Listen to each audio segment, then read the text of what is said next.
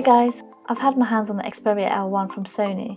It's a great 4G ready budget smartphone that you can get your hands on for less than £150, but for its price it offers pretty impressive specs. It has a 5.5-inch HD screen, which I think is the perfect size for a smartphone today, and it has a quad-core processor with 2GB of RAM. It has a modern-day USB-C port for data transfer and charging, which you'll find at the bottom of the phone. On the right-hand side you'll find the power button as well as the volume keys. The left-hand side is where you'll find the SIM card and micro SD card holder hidden behind a fold-out cover, though it does feel quite flimsy. At least it doesn't require a pin to access. The phone's internal memory is 16GB, but with a micro SD card this can be expanded to up to 256GB. Nice.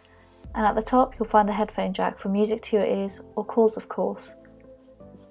For a phone of this size, the L1 is light at 180 grams and it feels good in the hand too. The plastic body helps with grip, so it'd be difficult to accidentally let it slip out of your hands. At a phone at this price, you may not expect much from the camera, but the Xperia L1 boasts a 5-megapixel front camera as well as a 13-megapixel rear camera with autofocus. I'll show you examples of images captured with it shortly. So, looking at the front of the phone, you may notice the lack of fingerprint sensor. Turn the phone around and it's not there either. That's because the Xperia L1 doesn't support this feature. The screen lock options you have include the standard options of swipe, a pattern, a pin or a password, as you would expect. Moving on to power, the L1 runs off a 2620 mAh battery, which is not far off from what some of the premium phones have.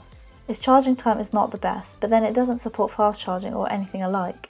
The great thing is that it will last a whole day with moderate use, but it has stamina and ultra stamina modes if you wanted to prolong the battery time, which I found worked pretty well. You'll be pleased to know that it comes pre-installed with the latest version of Android, and it was able to handle every task very well, from basic browsing on the web to watching HD videos. The 5.5-inch HD screen made it a pleasure to watch videos on, but it's also perfect for playing games on too.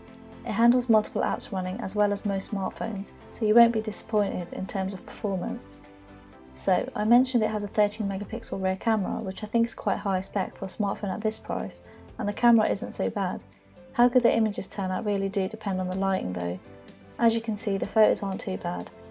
The colours don't pop as much as I'd like, and the autofocus isn't very fast, but once it kicks in, it does a good job and you get that nice blurred background. Overall, the Sony Xperia L1 has a set of impressive specs for a smartphone on the low end of the pricing scale. So if you're looking for a budget smartphone with plenty of storage space, a nice big display, a decent camera and one that will get you through the day, then this is the right phone for you. I hope this review has been helpful and thanks for watching.